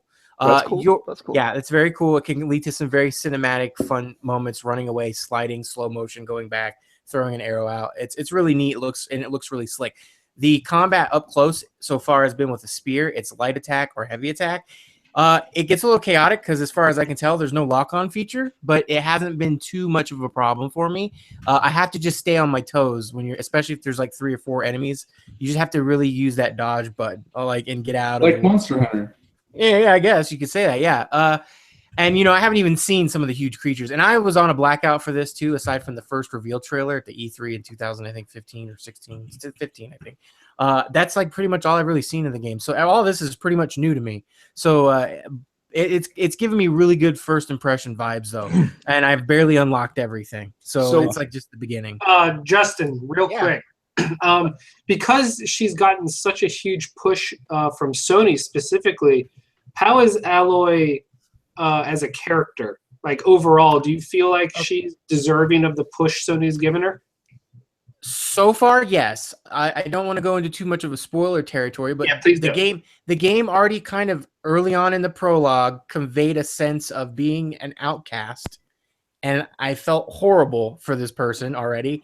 And then it jumps forward a bit, and you're just kind of seeing that kind of again in her character. And again, it's early times for me, but I hope they continue this path because I already kind of care for this character. I'm already like, man, this sucks. And I want to know why she's considered what she's considered, and she wants to know why. So it's kind of like player and character are wondering like, what the fuck is going on and why am I treated this way? And that's kind of how the game starts off. So far, it's doing a really good job. And is it Ashley? I forget her name. That's doing the Ashley Birch.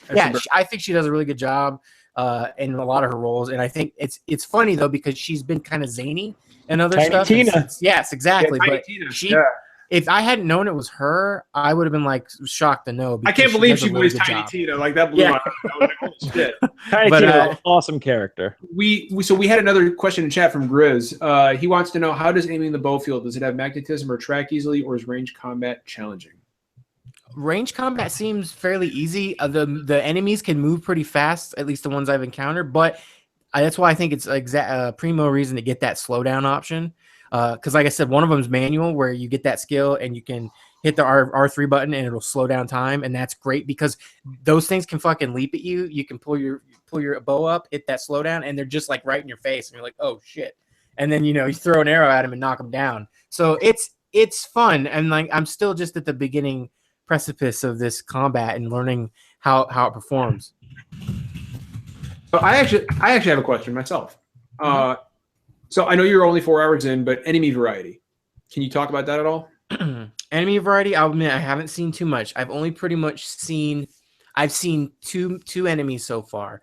I've seen these small, I guess I don't even know what they're called, but I would consider them almost like wolves because they go in packs and they get really vicious. And then I've seen these other bigger creatures. I don't know what I call them, if I call them like bulls or whatever, but they're a little bit more scared. Like if you go to a group of them, they will run away. And they have more rewards when you kill them. So, what will happen is you'll run into a group of like 2 of those and then the wolf-like ones. So you want to take those out quickly and then try to kill the wolves because the other guys will run away. The thing is, though, is if you get a skill to do the stealth takedown, stealth move, you can come out and sneak up on them and sneak around and then kill them instantly. Justin, Maddie Beast in chat wants to know, does Aloy prefer steak fries? She prefers steak fries. Yes. Perfect. No, my girl. Why do you prefer steak fries? Is it because she... Oh, I get it, because they're in a post-apocalyptic world and they don't have access to good food. Gotcha. No. It's because she prefers steak fries because in a post-apocalyptic world, you might as well eat the fucking as best as you fucking can. Yeah. You want the best. That's why you eat steak fries. I saw that going on Twitter. I know what this is about. I saw those. I'm just saying, dude. So who else has got a question for? Because I feel like there's a billion questions we could ask right now. Who else has got a question for Justin about Horizon? I know there's got to be something. That goes right And into I've got the some chat things as to well. say too. Like if you guys don't have questions. No, dude, let's hear it. Speak on it. So I will say I know for a fact there's gonna be some people that play this and go, "Fuck, this is Far Cry," and it's because of the especially Primal, for example. But the main thing I think reason people are gonna take that away is there's a lot of fucking icons. Like as you start playing, it's like, hey, here's this location. Real quick, Justin. I don't want to cut you off, but I just want to give props No. to Al for that amazing banhammer that just happened in chat. That was. I didn't even do it. Good. It's like old times in here again, man. Al was our first moderator. Al was our first chat mod. He just he didn't even fucking skip a beat. He was like, "Bam, you're gone." Oh man, I learned from the best. I learned from Bish. I like it. Anyway, Justin, please continue. Didn't I mean to interrupt you? But no, you're fine. I always stop for a good banning. I mean, I think that's something that people are going to pull away from it. But here's the thing. I know when people play Far Cry, one thing that they don't really get into Far Cry with is a story. People don't usually play Far Cry, from what I understand, for a story, and I get it. Hell no. Yeah, but this game has story. This game has character. This game has an interesting premise. So that alone, plus the side quest, to me, it feels like a mishmash. Like you take like Uncharted's graphics and you put it in an open world, and you give it a little bit of a Witcher, a little bit of Far Cry, and I don't know, you just kind of spit it out. And I mean, that's the only way I can think of it right now. Maybe a little Tomb Raider too, because of like the platforming. Because that's another thing to talk about. Platforming, so far from what I've seen, isn't anything super hard to do. It's kind of automatic. You just have to kind of know where to point and move, and grab ledge. It's Uncharted. Yeah, exactly. Uncharted, Tomb Raider, exactly. But they've done a great job of mixing these all together. And some might come away thinking, "Oh, well, it doesn't really feel like it has its own identity." But for me, I don't know. It feels like it does. Like. It feels like it took ideas from a bunch of things, but it's making this unique, cool world to explore and this new story, and it's just intriguing to me. I'll say, I like Far Cry, but I'm not a huge fan of it. But I liked Primal because its setting was so different and strange for most games, and I feel like this is that times like 10 because it's robotic dinosaurs. And I wanted another side question, but it's like smaller. You can just give a yes or no. Do you get any Jurassic Park moments where you round a corner and you see something, you're like, holy shit, should I go that way or not? Yeah. Oh, that's all I needed to know, man. Yeah, that's awesome. Do you get anybody who's like Ian Malcolm? Like just tell me there's like an Ian Malcolm equivalent. You didn't say the magic word. I don't know about that yet. That's Nedry. That's not. Let's go faster. Wait, we need to start calling Justin the hype master, because like not having participated in any of this conversation, you've already got me so hyped for Horizon. You need to preview all our games. So, I mean, the thing is like, I was hyped for it, but I wasn't like, oh my God, like it's going to be the next coming of, video games. And I was on a blackout. But the thing is that it feels good when I'm playing it. It feels like it has the potential to be fairly robust and deep. I've been keeping track of some other people that are playing it, and they're saying there's like kind of like outposts that feel like Metal Gear 5. So like you can kind of approach it how you want. And I haven't even gotten that far. So if this game just keeps building upon it, and that's how Far Cry was too. You would take So if the game keeps approaching the level it's going at now, and it just gets better with big bosses and all this stuff, it's going to be something special for people. Oh, God. And it looks gorgeous, and it runs great. And the other thing I can't help but comment on, because people don't think about this, is once you get in the game, like I don't think I've seen a single fucking loading screen, like at all. God. Like when you die, there's a little bit of a load. Base gorilla. But that is it. Like I was for a minute there, I was like, what? Oh wait, no, there's no loading. Dude, I'm not gonna lie. Like the entire time you've been talking, like mentally, I just been like. That does sound good. I've already jacked off at least 3 times. I caught a DM on Twitter from someone who's reviewing the game, Justin, and he said, without a doubt, it's the most impressive looking video game he's played. Yes. Oh God, I'm playing it on. I'm playing it on a Pro. I'm playing it on a 4K Samsung TV. It looks phenomenal. And, damn. So here's a quick question for you, dude. Towns. Okay. So I know that there are numerous settlements in the game. Have you found any big ones, and are they seamlessly integrated into the map? Okay, so here's the thing. I did come across one so far. It is seamlessly integrated. There's no like go through a fucking door to go into the city. I like it. But that comes with a caveat so far is that at least in this first one, there was no buildings I could go into. I could go up to them, I could check them out, I could run in front of people, I could see stuff, but I couldn't do anything with them yet. So I don't know if that's how they're all going to be. Don't know. I will say though, again, to comment on the whole like story and like without spoiling, but to the way it's being presented and the impact of the emotional flair of it. I do like how I walked into the first town and they're like, yeah, don't talk to her. She's an outcast. Like they push that feeling so far really well. And I feel like, fuck you. So it's what did I do? So it's like Alloy's. So it's like high school all over again, basically. Yes, it really is. Except now you're running from crazy dinos and shit. So real quick, and then we'll end on this because we are getting long in the tooth. Yep. I'm so glad you fucking came on and talked. I was really trying. I was like hurrying. I was like, come on. No, dude, this has been great. Talk real quick about the detail in the game because you posted a picture on your Twitter page of ants crawling a fucking tree. Yeah, and I'm just like, who thinks of that? Like, who does that? Like, I mean, jeez.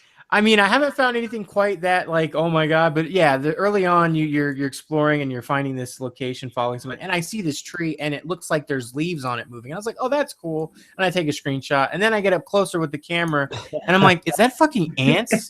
That's ants insane. Carrying leaves up. No way. Yeah.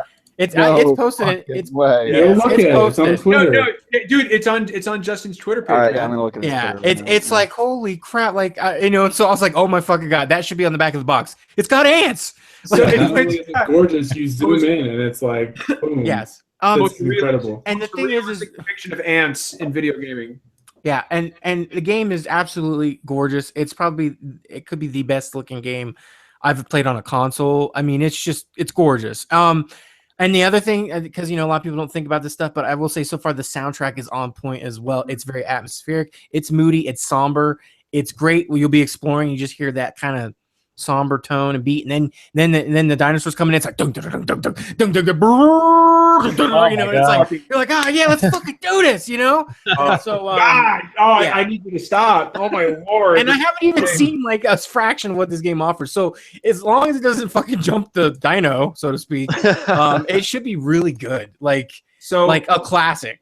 I know that. Colin Moriarty on Kind of Funny has gone hands-on extensively with the game, and he's of the opinion that this is going to be Sony's next huge Uncharted style. I mean, would you? Can you see it trending that way? Or? I can if it keeps up. I mean, visually, it looks like you took that graphic engine almost and fucking plucked it into an open world. And I thought it was funny because I'm seeing people go, oh, look at the ants, but the bark doesn't look like. I'm like, this is a fucking open world game.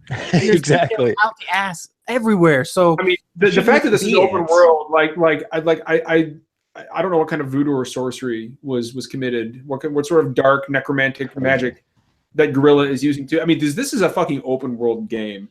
And by the way, Bethesda's on notice because with Horizon looking this good, there's no fucking reason for the Elder Scrolls or the next Fallout game to look like crap. There's no reason. Yeah. Nope. Forget it. No, absolutely. There's no reason. Whether they need a new engine or not. And the fact that these guys have been doing first-person shooters and now are coming and doing this, and they're rocking the shit out of it. Like it's really impressive, and I know why there's apprehension from people. But my God, if they haven't won me over so far, and I mean, I'll even admit I'm not a huge Killzone guy.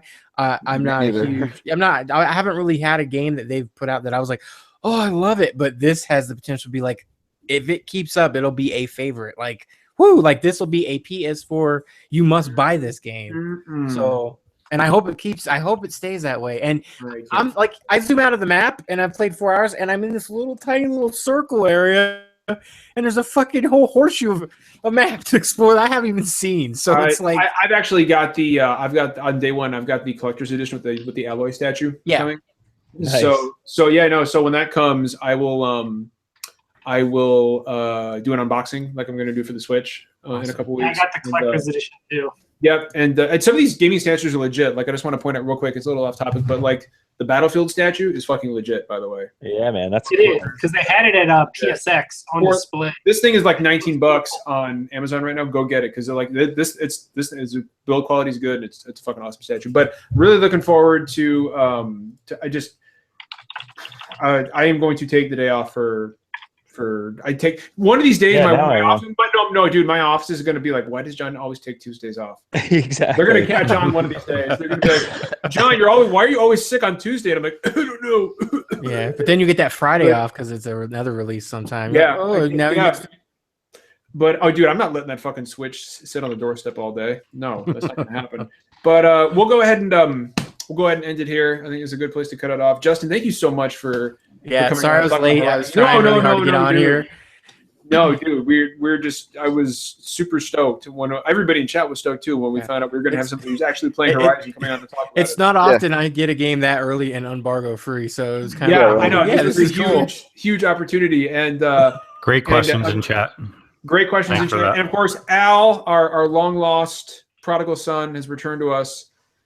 We missed you, man. It was just a natural fit having you back on, man. Yeah, man. Thanks for the opportunity. Got to make it a regular thing. Two things real quick. One, huge thanks to Justin coming on and telling me about the game that I am most excited about. And I'm happy to finally be on a show with Al.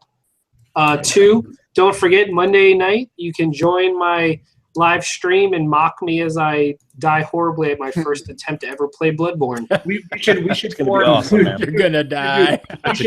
Hey, dude, here's the thing. We should form a party chat, and because I've pumped about 350 hours into Bloodborne. We should form a party chat, and I can sit in there and talk to you while you're doing it. Oh, John, you should play it blind one day. Do a stream of it blind. Blindfolded. Yeah, talk you through it. I was like, no, okay, I see what you're saying. That's not a bad idea. That's not a bad idea. I'm going to do something crazy like that. Well, speaking of live streams, don't forget to, of course, check out his Bloodborne stream on Monday. And of course, even though she denies it on Twitter, my wife is going to play Resident Evil 7 on Saturday. So please tune in for that. That's going to be massively entertaining, especially for me. And I'm going to love it. And it's gonna be great. We had a hopping fucking chat tonight, guys. Chat was on point. Everybody had a lot of fun. Somebody was great. And Maddie has been begging for Christopher Walken all day. So Matt, thank you for joining us on our podcast tonight. And also, steak fries suck. Steak. Oh, crazy. So I'm gonna ignore that fucking bullshit comment from Torpedo, who, by the way, bump the camera for that one because this is his final appearance on Super Gamescast. It was great having you on the podcast while it lasted, but you're gone. Worth it. Will not silence me. So, in all seriousness, I want to remind everybody. Please don't forget. Next week, the format of the show is going to greatly change. We will no longer be doing Google Plus. We'll be moving on to Skype, being streamed on XSplit, and we've got an awesome new look. Very. All I'll say is very Mega Man inspired. It's going to be we're going to have an intro and an outro video, and it's just going to be fucking outstanding. The show is going to be taken to a new level next week, which is good too, just in time for PAX because we want to look a little more professional before we ship off to PAX. And I'll remind everybody in chat that we're doing some really cool interviews at PAX. We're going to be going hands-on with some games. Devolver Digital, we're going to be doing some interviews with them. It's going to be a really good time, and there are going to be many more surprises. Devolver's good people, man. Devolver's awesome people, dude. They're really good. So please be on the lookout for that. Thank you once again to all my friends on the show who joined us. I always love talking to you guys, and I missed you guys. Not to get too sentimental, but I hate missing a week. Missed all you guys, and you guys are way ahead. I missed you too, man. Yeah. I'd give you a bro hug right now if I could. Touch your butt. But, and when I say touch your butt, I mean like give you a victory tap. That's what I mean by that. But in all seriousness, thanks everybody for. Oh yes, and Justin, I'm going to plug your Twitter. You can find Justin on Twitter at /JPC. No, it's Justinator 5000 now. Justinator 5000. Okay. Yeah, sorry. Wait, what? Oh yeah. I tweeted out as /JPC, so nobody knows. Okay. Don't worry about it. But, yeah, no. But if you do look on /JPC, it pops up. But also, this man does some pretty amazing work in horror movies. I'm trying. So no, dude, you're doing a good job. So I highly suggest you guys check that out. But we'll go ahead and end it here. Thanks for everybody. Thanks to everybody for showing up in chat. Really excited about next week. Please come and check us out. And as always, it's not always poetry, and we don't always agree, but we always keep it real. So until next week, We will see you guys later. Be good to each other. Bye, guys.